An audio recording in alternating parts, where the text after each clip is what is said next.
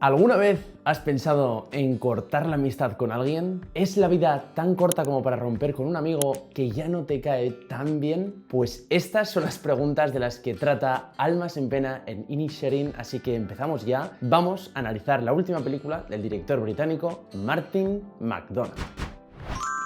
Guión. La historia está ubicada en una isla remota frente a la costa oeste de Irlanda, el año 1923, donde viven dos amigos de toda la vida, que son Padraig y Colm. Pero un día Colm va y le dice a Padraig que ya no se siente con él a beber cerveza, que ya no son amigos. Y claro, en una isla donde los dos protagonistas llevan a un ritmo de vida bastante calmado y sin mucha novedad, pues esa no es una razón suficiente para que Padraig no acepte un no como respuesta. Pero los esfuerzos de Padraig fortalecen todavía más esa decisión de Colm de no ser amigo suyo. Los acontecimientos se escalan rápidamente con unas consecuencias que son bastante chocantes y que no voy a destripar en este análisis, ese final. Eso sí, este punto de partida resulta interesante. Al fin y al cabo, ¿quién nos ha planteado alguna vez si la amistad que mantiene con algún amigo es mero compromiso y rutina o es algo auténtico y de verdad? Al guión no le cuesta arrancar y enseguida vamos al meollo de estas preguntas que ponen a los personajes en marcha. Y hay una decisión de guión aquí muy interesante, muy bien escogida, porque en lugar de darnos una razón de peso por la que Colm rechaza a Padraig, no nos da ninguna. Luego, en otra escena también posterior, sí se profundiza un poco más, aunque nunca resulta una razón de peso, y esto, ya digo, es interesante porque nos fuerza como espectadores a participar más, y eso es un gran acierto de cualquier guión. La audiencia siempre quiere participar. Cuanto más involucras al público en una obra, más enganchado está y más probabilidades hay de que el viaje de 2 horas que supone una película merezca la pena. Y en ese sentido, el guión de Almas en Pena acierta de lleno porque te hace buscar qué razones podría tener Colm para despreciar de la noche a la mañana a Padraig. Y lo curioso es que al principio empatizas con él, es decir, con Colm, porque todos hemos tenido amistades que, oye, por lo que sea, cosas de la vida, llega un día en el que ya no te une lo mismo y sois dos sensibilidades distintas que ya no comparten tanto y que en consecuencia pues ya no merece tanto la pena mantener viva esa amistad, sobre todo cuando hay otras que parecen más adecuadas e interesantes y a las que de verdad les quieres dedicar más tiempo. Y ese esfuerzo tozudo de acercarse todo el rato a Padraig sin una respuesta que le satisfaga está muy bien porque lo sentimos desde la parte de Colm, es decir, que nos dan ganas como a él de decirle que es un pesado y que se vaya a su casa y que nos deje en paz. Lo que pasa es que cuando vamos a casa de Padraig y lo conocemos un poco más y conocemos un poco más también cómo es la vida de estas personas en este pueblo aislado del mundo, en esa isla, te empiezas a dar cuenta de que es muy violento y un tanto cruel que alguien con quien has compartido una amistad de décadas de pronto te diga que le dejes en paz. Entonces es cuando te pones de parte de Padraig por primera vez y dices, ¿y el tío este? Colm, menudo pedante repelente que quiere pasar más tiempo componiendo con el violín. Esta conciencia de lo caro que es el tiempo y de que Colm no quiere malgastarlo con un amigo al que llama limitado y aburrido, evoca muchas cosas desde el guión porque, por un lado, es cierto, la vida pasa rápido, pasa muy rápido, asusta lo rápido que va. Y a veces la primera reacción es cortar por lo sano con hábitos que no nos suman, sino que nos restan. Y siempre es una decisión acertada cualquier acción por nuestra parte que nos haga ser más conscientes de nuestra vida y que nos haga vivir la vida con más propósito y con más deliberación. Lo que pasa, y esto es otra grandeza del guión, es ¿qué pasa si en lugar de un hábito eso es una persona? Una persona que además no es particularmente tóxica, es decir, no es lo que podríamos pensar al inicio de Padraig. Por supuesto que hay personas acosadoras y que es mejor alejarse de ellas, pero no es el caso de Padraig, a quien nos lo pinta Martin McDonagh, que es quien escribe y dirige esta película, como un tipo que no ha salido en toda su vida de esa isla, que cuida de sus animales y que se dedica a sus labores del campo y que no tiene una sensibilidad tan refinada como Colm de tocar el violín, pero eso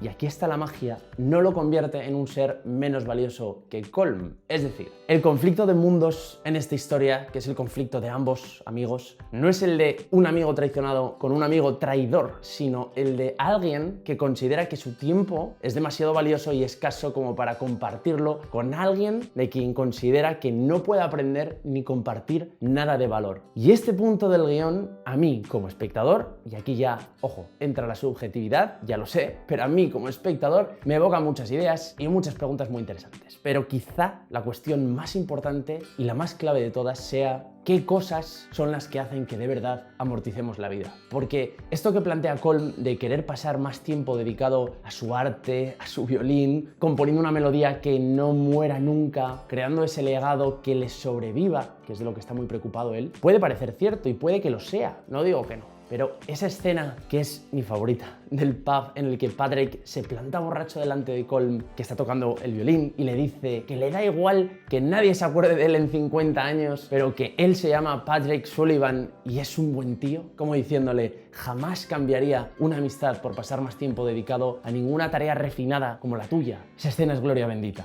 Y ese momento de dignidad, de todo lo que es bueno y desinteresado en la vida, aunque el paso del tiempo lo termine borrando del olvido, wow. Y también hay un motivo recurrente durante todo el guión, se repite muchas veces esta figura de la Virgen María, en esa bifurcación de caminos, por ejemplo, que hay a cada una de las dos casas, y es que en el cine de McDonagh la presencia de Dios y de la Iglesia siempre están presentes. En ese sentido, funciona muy bien esa falta de explicación que tiene el personaje de Patrick, esa falta de un porqué en la vida. ¿Por qué ese rechazo sin respuesta, que es como esa búsqueda de sentido en la vida para los que no tenemos una respuesta divina? Entonces, también a nivel de diálogos es un guión brillante, pero es que esos intercambios, por ejemplo, en el confesionario, qué bien escrito está el personaje del cura y qué humor tienen esas confesiones del personaje de Colm. Casting, es una delicia ver juntos a Brendan Gleeson dando vida a Colm y a Colin Farrell dando vida a Patrick. Ya los habíamos visto en la peli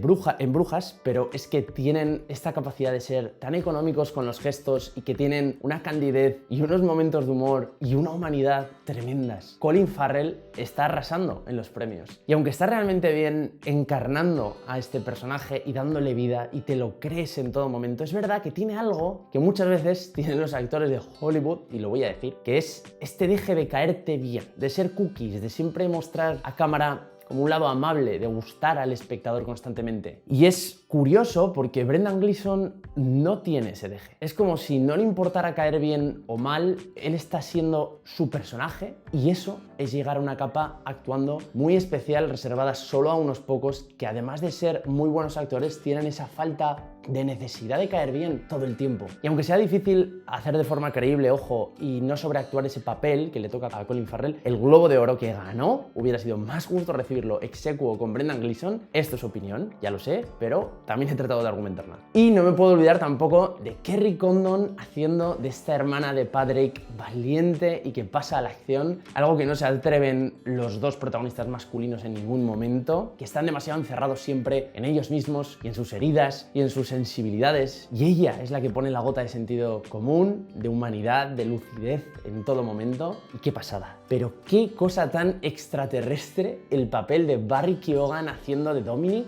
de esos personajes con una dificultad a nivel, bueno, que tiene una dificultad a nivel cerebral, y esa charla que tiene a pie del lago con Kerry Condon, donde le declara abiertamente que está enamorado de ella y sabe que ella no está ni de coña en su liga, con esta frase que dice de ahí va otro sueño.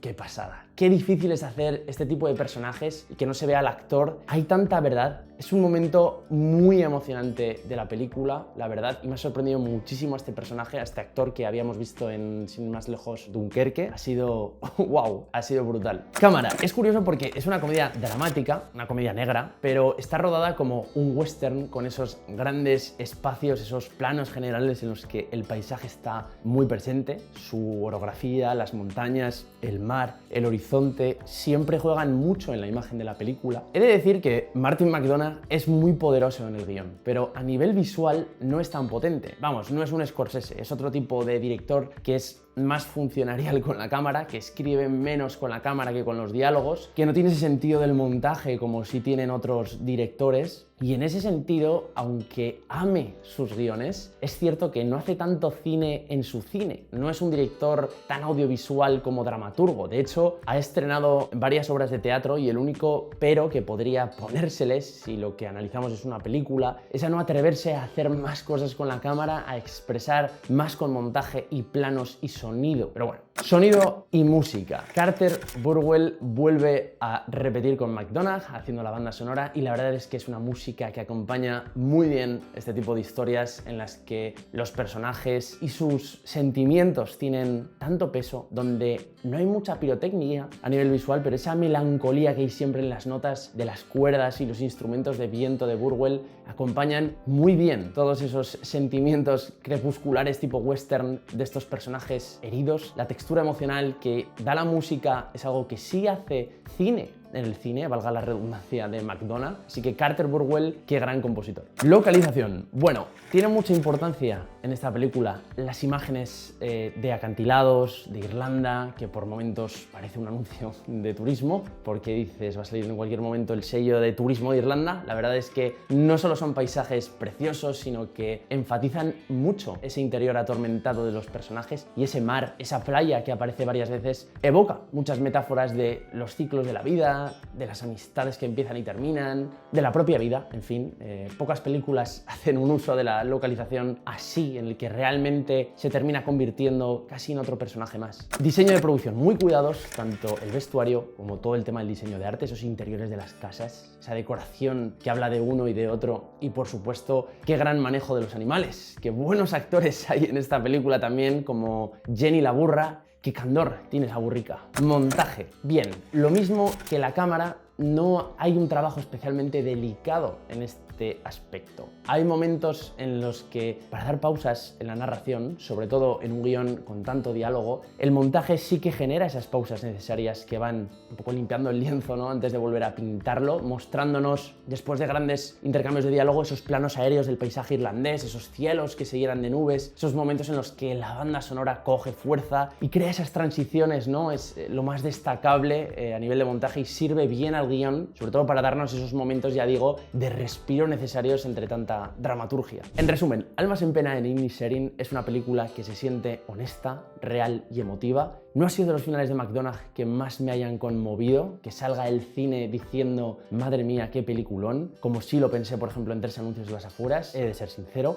pero es una película que por los personajes que tiene y las preguntas que despierta al salir del cine para debatir y comentar, está muy por encima de las muchas películas que se estrenan en el año. Es cierto también que Martin McDonagh es uno de mis 3 directores vivos favoritos, el otro es Sorrentino y el otro es Denis Villeneuve, y quizás por eso esperaba algo más del final de esta película, de esa resolución, pero entiendo que él ha sido honesto con sus personajes en esta alegoría de la guerra civil entre hermanos, entre amigos, que como los cañonazos además que oímos de fondo en la película, nos muestra lo absurdo de cualquier conflicto entre seres humanos y cómo la escalada de violencia más impresionante empieza con un detalle ridículo. Y al final esta película te plantea esta reflexión de que en la vida no eres lo que te pasa, sino cómo llevas lo que te pasa, cómo te reconstruyes a partir de eso. Y Patrick elige un camino que es el camino de no darse por vencido, pero te preguntas, ¿hasta qué punto habría que insistir, ¿no? ¿En qué momento habría que tragarse el ego, hacer de tripas corazón y seguir adelante con tu vida sin insistir más? En fin, un guión capaz de despertar todas estas preguntas y explorar todos estos temas que no son tan evidentes. Es un gran guión de cine, un guión con mayúsculas, que por cierto ganó el Globo de Oro y veremos qué pasa en los Oscar. Este guión, aunque no sea perfecto, es de una calidad humana y literaria